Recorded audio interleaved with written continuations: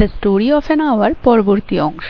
এতদূর পর্যন্ত আমরা দেখেছি যে মিসেস লুইস ম্যালার্ড তার হাজবেন্ডের মৃত্যুর খবর হঠাৎ করে পেয়ে, যাতে তার শারীরিক অবস্থার কোনো অবনতি না হয়, কারণ তার হার্টের ডিজিজ রয়েছে, তার হার্ট খুবই দুর্বল, সেই জন্য তার হাজবেন্ডের ফ্রেন্ড রিচার্ড, যেহেতু সে সংবাদপত্র অফিসে কাজ করে, সে তার হাজবেন্ডের মৃত্যুটা রেল রোড অ্যাক্সিডেন্টে পেয়ে সে তার বন্ধুর মৃত্যুর খবরটা, মানে ব্রেন্টলি ম্যালার্ডের মৃত্যুর খবরটা তার স্ত্রীকে হঠাৎ করে না জানিয়ে বরং মিসেস ম্যালার্ডের বোনকে, জোসেফিনকে এসে দেয় এবং তাকে রিকোয়েস্ট করে এই খবরটা যেন সে মিসেস ম্যালার্ডকে খুবই সাবধানতা অবলম্বন করে দেয়, যাতে তার কোনো শারীরিক অবনতি না হয় এবং সে যে হার্টের দিক থেকে দুর্বল, সে যেন খবরটা সেভাবে নিতে পারে, এমন ভাবে করে তাকে যেন খবরটা দেওয়া হয়। তো জোসেফিন তার দিদিকে তার দিদির হাজবেন্ড মারা যাওয়ার খবরটা খুবই আলতোভাবে বলে, কিছুটা প্রকাশিত কিছুটা অপ্রকাশিত, এইভাবে খবরটা তার দিদিকে জানায়। কিন্তু খবরটা পাওয়া মাত্র মিসেস ম্যালার্ড গতানুগতিক ওয়াইফরা হাজবেন্ডের মৃত্যুতে যে ধরনের রিয়্যাক্ট করে, তিনি ওই ধরনের রিয়্যাক্ট করেনি। তিনি একবার বোনকে জড়িয়ে ধরে কাঁদলেন, তারপরে তিনি উঠে নিজের রুমে চলে গেলেন এবং কাউকে তাকে ফলো করতে বারণ করে দিলেন। তিনি কিছুক্ষণ তার রুমে একা থাকতে চান, সেটা জানিয়ে তিনি চলে গেলেন তার রুমে গিয়ে তিনি উইন্ডো ফেসিং আর্মচেয়ারে বসে বাইরের ভিউটা এনজয় করছিলেন এবং সেই সময় তার মাইন্ডে একটা অজানা খুশির রেশ আসছিল। তিনি নিজেও জানতে পারছেন না যে এটা কিসের খুশি বা এই থটটা কিসের থট। তিনি ফিল করতে পারছিলেন সেই খুশিটা, কিন্তু তিনি সেটাকে কোনো নাম দিতে পারছিলেন না। তারপরে দেখো, নাও হার বজম রোজ অ্যান্ড ফেল টুমুলটুয়াসলি। তাহলে তিনি ওই আর্মচেয়ারে বসেছিলেন এবং জানালা দিয়ে বাইরের ভিউটা দেখছিলেন, এনজয় করছিলেন এবং এনজয় করার পরে অনেক থট তার মাথায় আসছিল। তিনি সেই সমস্ত কিছু নিয়ে চিন্তা করছিলেন। এরপরে বলা হয়েছে নাও হার বজম রোজ, এরপরে বজম মানে চেস্ট, রোজ অ্যান্ড ফেল টুমুলটুয়াসলি, মানে তিনি যে চেয়ারে বসেছিলেন আর্মচেয়ারে, সেখান থেকে তিনি উঠে দাঁড়ালেন, কিন্তু আবার তিনি টালমাটাল হয়ে বসে পড়লেন, মানে নিজেকে সামলাতে পারলেন না, আবারও তিনি বসে পড়লেন। She was beginning to recognise this thing that was approaching to possess her. তাহলে বলছে সি ওয়াজ বিগিনিং, তিনি শুরু করেছিলেন টু রিকগনাইজ, এটাকে চিনতে বা জানতে, দিস থিং ওই জিনিসটাকে, মানে যে ইন্টেলেকচুয়াল থটটা তার মাইন্ডে আসছিল সেটাকে তিনি বোঝার চেষ্টা করছিলেন। That was approaching to possess her, মানে যেই ইন্টেলেকচুয়াল থটটা তার মাইন্ডে এসে তাকে কাবু করার চেষ্টা করছিল, সেটাকে তিনি রিকগনাইজ করার বা বোঝার বা চেনার চেষ্টা করছিলেন। And she was striving to beat it back with her will, এবং তিনি চেষ্টা করছিলেন, স্ট্রাইভিং, সি ওয়াজ স্ট্রাইভিং মানে struggle, to beat it back মানে তিনি চেষ্টা করছিলেন ওই থটটাকে আবার পুনরায় পাঠিয়ে দিতে, উইথ হার উইল তার ইচ্ছে অনুযায়ী, মানে তিনি চেষ্টা করছিলেন এই যে থটটা, এই যে খুশির থটটা, এই দুঃখের সময় আবার এই ধরনের থট যেটাতে তার মাইন্ডটা খুশি হয়ে যাচ্ছে, এটা আবার কি। তাই তিনি সেটাকে বোঝার পরে বা ফিল করার পরে চেষ্টা করছিলেন এই থটটা তার মাইন্ডে যাতে না আসে, কিন্তু তবুও সেটা আসছিল। তাই তার ওই যে থটটাকে আবার ফিরিয়ে পাঠিয়ে দেওয়ার যে প্রচেষ্টাটা, সেটাকে কিসের সাথে তুলনা করা হয়েছে দেখো, as powerless as her two white slender hands would have been। কিন্তু তার ওই যে প্রচেষ্টাটা, যে ওই থটটাকে তিনি আবার ফিরিয়ে পাঠিয়ে দিতে চেয়েছিলেন স্ট্রাগল করে, সেটা এতটাই পাওয়ারলেস ছিল, মানে এতটাই ক্ষমতাহীন ছিল, যেমনটা তার রোগা সাদা হাতগুলো ছিল। মানে তার হাতে কোনো বল ছিল না, তার রোগা সাদা, স্লেন্ডার মানে একদম রোগা পাতলা, হোয়াইট, তার রোগা পাতলা হাতগুলো যেমন ক্ষমতাহীন বা বলহীন নিস্তেজ ছিল, ঠিক সেরকমই ওই থটটাকে ফিরিয়ে পাঠানোর যে প্রচেষ্টা, সেটাও তিনি যতই চেষ্টা করুন না সেটাও ব্যর্থ হচ্ছিল, সেটাও তার আওতায় ছিল না, সেটা করতেও তিনি অক্ষম ছিলেন। When she abandoned herself, a little whispered word escaped her slightly parted lips। তাহলে বলছে when she abandoned herself, abandon মানে পরিত্যাগ করা, তো যখন তিনি নিজেকে পরিত্যাগ করে দিলেন, মানে এই যে জিনিসটা করছিলেন, এই যে প্রচেষ্টা করছিলেন ওটাকে ফিরিয়ে পাঠানোর, ওই থটটাকে মাইন্ডে আসতে না দেওয়ার, সেই চেষ্টাটাই যখন তিনি ব্যর্থ হলেন, a little whispered, একটা ছোট্ট ওয়ার্ড, whisper ফিসফিস করে, escaped her slightly parted lips, তার স্লাইটলি আলতো করে parted ফাঁক হওয়া ঠোঁট দিয়ে বেরিয়ে এলো। মানে যখন তিনি ওই প্রচেষ্টাটা ত্যাগ করলেন, ছেড়ে দিলেন, যে তার দ্বারা যেহেতু আর হচ্ছে না সেই থটটাকে মাইন্ডে না আনার চেষ্টা করার যে প্রচেষ্টাটা, তার দ্বারা যেহেতু হচ্ছে না, ওটাকে যখন তিনি ছেড়ে দিলেন, হঠাৎ করে সেই সময় তার দুটো ঠোঁটের ফাঁক দিয়ে একটা ওয়ার্ড ফিসফিসিয়ে বেরিয়ে এলো। she said it over and over under the breath, সে সেটাকে বারবার ধরে বলতে থাকলো নিঃশ্বাসের সঙ্গে। কি সেই ওয়ার্ডটা? Free free free. মুক্তি মুক্তি মুক্তি। The vacant stare and the look of terror that had followed it went from her eyes. তাহলে বলছে দ্য ভ্যাকেন্ট স্টেয়ার মানে চোখের ওই চাহনিটা যেটা দ্বারা বোঝা যাচ্ছে চারিদিকটা একদম ডাল গেজ যেটাকে বলতে চাইছে। দ্য লুক অফ টেরার সেই ভয়ের যে লুকটা, দ্যাট হ্যাড ফলোড ইট যেটা তার এতক্ষণ ছিল, ওয়েন ফ্রম হার আইজ তার চোখ থেকে চলে গিয়েছিল। মানে তার চোখে এতক্ষণ ধরে সেই যে একটা ভ্যাকেন্ট স্টেয়ার ছিল, একটা ডাল গেজ, মানে তার চোখে এতক্ষণ ধরে যে ডাল গেজটা ছিল, একটা যে ভয়ের ভাব ছিল, সেটা এই ওয়ার্ডটা উচ্চারণের সাথে সাথে তার চোখ মুখ থেকে চলে গেল। দে স্টেড কিন অ্যান্ড ব্রাইট। কিন মানে হচ্ছে প্রখর, ব্রাইট মানে উজ্জ্বল। এখন তার চোখগুলোকে একদম প্রখর, দীপ্তিময় এবং উজ্জ্বল লাগছে। মানে এখন তার চোখের চাহনি দেখে তাকে পুরো কনফিডেন্ট লাগছে। আগে তার চোখের চাহনিতে যেমন ডালনেস ছিল, যেমন একটা ভীতি ভাব ছিল, এখন আর সেটা নেই। এখন তার চোখ দেখে মনে হচ্ছে তিনি যথেষ্ট দীপ্তিমান, তিনি যথেষ্ট প্রখর, তার মধ্যে একটা স্ট্রেংথ কাজ করছে যেন।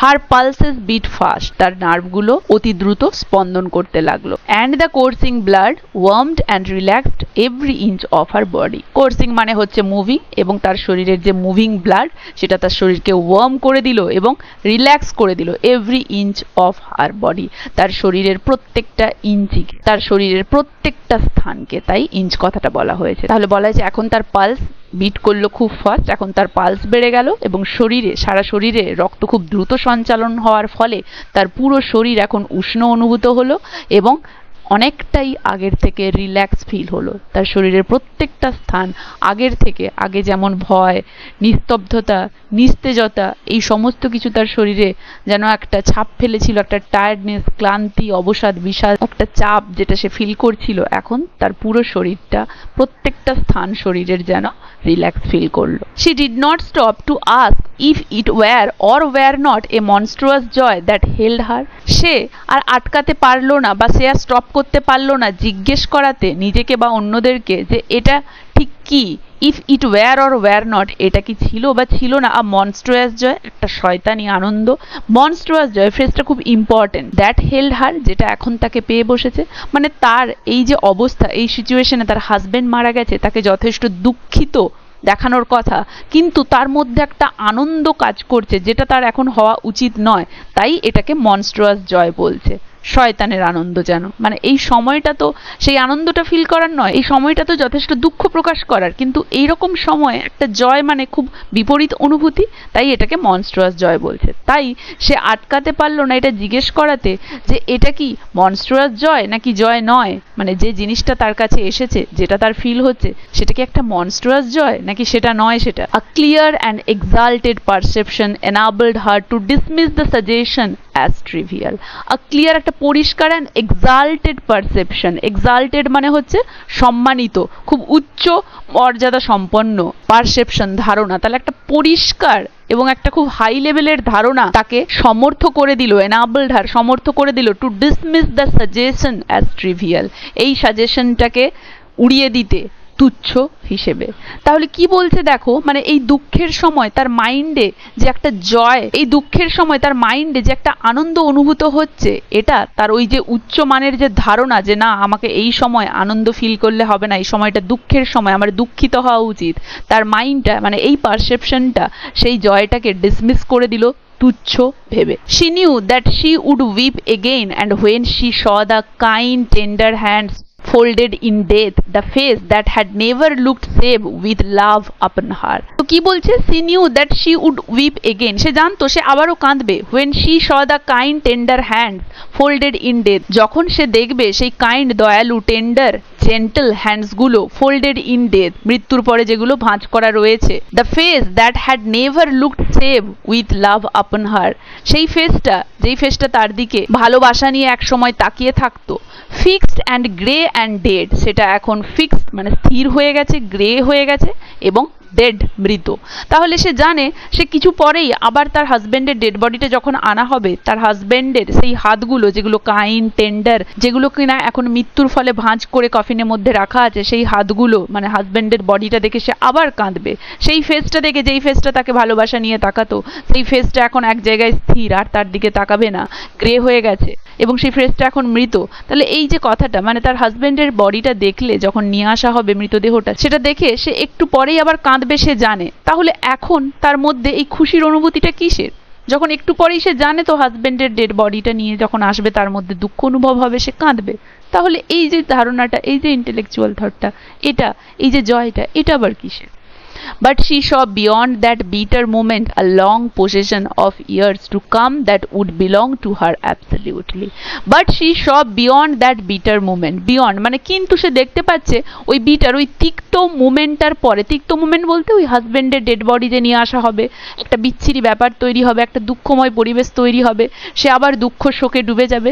সেই যে তিক্ত ঘন্টার পরে a long procession of years, procession মানে জানো শোভাযাত্রা, এখানে বলা হয়েছে সামনের দীর্ঘ জীবনের কথা, বা সামনের জীবনে যে দীর্ঘ সময়, অনেকগুলো বছরের কথা বলা হয়েছে এখানে।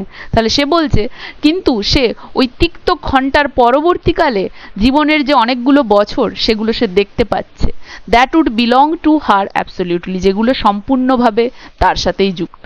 মানে এই ক্ষণটা পেরিয়ে গেলে, এই শোক সময়টা পেরিয়ে গেলে সামনে আসা একটা লম্বা জীবন বা সামনে আসা বছরগুলো যেগুলো শুধুমাত্র তারই হবে, সেগুলো সে দেখতে পাচ্ছিল। and she opened and spread her arms out to them in welcome. and she opened, এবং সে খুলে দিল, and spread ছড়িয়ে দিল, her arms তার বাহুগুলোকে, out to them, out to them বলতে ওখানে ওই ইয়ার্স গুলোর কথা বলা হয়েছে, a long procession of years, মানে হাজবেন্ডের মৃত্যুর পরে যে বছরগুলো তার জীবনে আসবে, সেই ইয়ার্সগুলো মানে আগামী জীবনটার কথা বলা হয়েছে। দেম বলতে ইন ওয়েলকাম, মানে সেই আগামী জীবনটাকে, সেই আগামী জীবনের দিনগুলোকে, সেই বছরগুলোকে সেটার বাহুটা ছড়িয়ে ওয়েলকাম বা স্বাগত জানালো। There would be no one to live for during those coming years, তাহলে ওই কামিং ইয়ার্সগুলোতে, ওই আগত বছরগুলোতে তার সাথে কেউ থাকবে না। She would live for herself, সে নিজের জন্য শুধুমাত্র বাঁচবে। There would be no powerful will bending her in that blind persistence with which men and women believe they have a right to impose a private will upon a fellow creature. তাহলে there would be no powerful will, সেখানে কোনো powerful will মানে কোনো স্বেচ্ছা শক্তি থাকবে না, bending her যে তাকে দমন করে রাখবে, in that blind persistence ওই অন্ধ চলে আসা ধারণাটা, with which যে ধারণাটা কিনা, with which men and women believe যে ধারণাটা মানুষ বিশ্বাস করে, they have a right to impose a private will upon fellow creature, মানে ওই যে গতানুগতিক ওয়েতে মানুষ বিশ্বাস করে যে বংশ পরম্পরায় চলে আসছে একটা বিবাহিত সম্পর্ক, মানে সেই সম্পর্কে মানে হাজবেন্ড স্ত্রীকে ডমিনেট করবে, তার উপরে নিজের ইচ্ছেগুলো চাপিয়ে দেবে, মানে এখানে স্ত্রী নিজের ইচ্ছে মতো জীবনগুলো বাঁচতে পারবে না, স্বামীর ইচ্ছে তার উপরে চাপানো থাকবে। এই যে যুগ যুগ ধরে চলে আসছে এই জিনিসটা, এই জিনিসটার প্রভাব আর তার উপরে থাকবে না, কেউ তার উপরে আর নজরদারি করতে পারবে না, কেউ তার উপরে নিজের ইচ্ছেগুলোকে আর চাপিয়ে দিতে পারবে না। A kind intention or cruel intention made the act seem no less a crime as she looked upon it in that brief moment of illumination.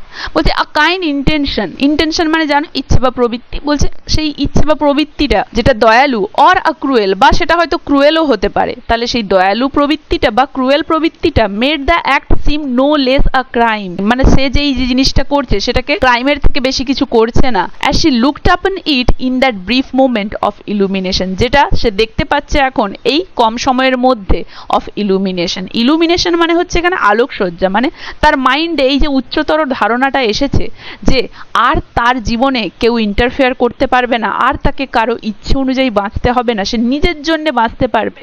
গতানুগতিক ওয়েতে চলে আসা, অন্যের ইচ্ছে নিজে বাঁচা বা স্বামীর ইচ্ছেগুলো নিজেকে মেনে নিয়ে চলা, এই যে জিনিসটা তাকে আর মানতে হবে না, সে এখন ফ্রি। তাই তার মাইন্ডে এই যে খুশির চিন্তাটা আসছে, এটা ঠিক হোক বা ভুল হোক, এটা তো এখন একটা ক্রাইমের সমান এই দুঃখময় পরিবেশে। তাই এই জিনিসটা মানে এই ফ্রিডম ফিল করাটা এখন একটা ক্রাইমের থেকে বেশি কিছু হচ্ছে না। এরপরে দেখো and yet she had loved him sometimes, এবং তথাপি সে তাকে কখনো কখনো ভালোবাসতো। loved him, হিম বলতে এখানে ব্রেন্টলি ম্যালার্ডের কথা বলা হয়েছে, তার হাজবেন্ড মানে মিসেস ম্যালার্ড তার হাজবেন্ডকে কখনো কখনো তো ভালোবাসতো। often she had not, যদিও প্রায় সে তাকে ভালোবাসতো না। what did it matter, এখন তাতে আর কি যায় আসে। what could love, the unsolved mystery, count for in the face of this possession of self-assertion which she suddenly recognized as the strongest impulse of her being. দেখো কি বলেছে, what could love, the unsolved mystery, ভালোবাসাকে কেই চিনেছে, এটা তো একটা unsolved mystery, যেটা কখনো সমাধান হয়নি, মিস্ট্রি রহস্য, এটা হচ্ছে একটা অমীমাংসিত রহস্য। লাভ হচ্ছে একটা অমীমাংসিত রহস্য, যেই রহস্যের সমাধান কেউ করতে পারেনি। Count for in the face of this possession of self assertion. Self assertion মানে সেলফ ডিক্লারেশন, মানে সে যেটা নিজেকে ডিক্লেয়ার করেছে, এই যে পরের লাইফটা মানে হাজবেন্ডের মৃত্যুর পরে যে লাইফটা যেটা রয়েছে সে নিজের মতো করে বাঁচবে, এই যে পজিশনটা সে পেয়েছে, suddenly recognized as the strongest impulse of her being। এটাকে কি বলে রিকগনাইজ করছে? Strongest impulse of her being. এটা যেন সব থেকে দৃঢ় আবেগ, মানে নিজের সব থেকে স্ট্রংগেস্ট আবেগ হচ্ছে এটা। মানে এই যে হাজবেন্ডের মৃত্যুর পরে একটা লাইফ সে পেয়েছে যেটা সে নিজের মতো করে বাঁচবে, এই যে পজিশনটা সে পেয়েছে, এটা হচ্ছে সব থেকে দৃঢ় আবেগ বা সব থেকে স্ট্রংগেস্ট আবেগ, যেটাতে লাভের কোনো কিছু করার নেই। Free body and soul free she kept whispering. সে একইভাবে উইসপার বিড়বিড় করতে থাকলো, ফ্রি মানে আমার বডি, আমার শরীরটাও ফ্রি এবং আমার আত্মাটাও ফ্রি, মানে কারো পরাধীন নয়। আমার হাজবেন্ড আর নেই আমার ওপরে তার ইচ্ছেগুলো চাপিয়ে দেওয়ার, আমি টোটালি ফ্রি, আমার বডিও ফ্রি, আমার সোলও ফ্রি। তার মানে তিনি যে হাজবেন্ডের মৃত্যুর পরে একটা গতানুগতিক ওয়েতে যে দুঃখ প্রকাশ করবেন, শোক প্রকাশ করবেন, সেটা সামান্যক্ষণের জন্যই হয়েছে, কিন্তু তারপরে যখন তিনি নিজেকে একা পেয়েছেন তার মনে কিন্তু ফ্রিডম এসেছে, তার মনে সেই পুরনো ধারণাগুলোর পরিবর্তে একটা খুশির আবেগ ভর্তি হয়ে গিয়েছে। তিনি যেন নিজেকে অনেকটা মুক্ত ফিল করেছেন, এটাই তিনি এখানে বোঝাতে চাইছেন। আজ তাহলে এতদূর পর্যন্ত, আশা করি এতদূর পর্যন্ত কারো কোথাও বুঝতে অসুবিধা হয়নি। ভিডিওটা কেমন লাগলো জানাবে, ভালো লাগলে একটা লাইক আর শেয়ার করে দেবে, আর যারা যারা আমার চ্যানেলটা সাবস্ক্রাইব করনি কাইন্ডলি আমার চ্যানেলটা সাবস্ক্রাইব করে দেবে। এর পরের অংশটা বা লাস্ট অংশটা থাকছে পরের ভিডিওতে।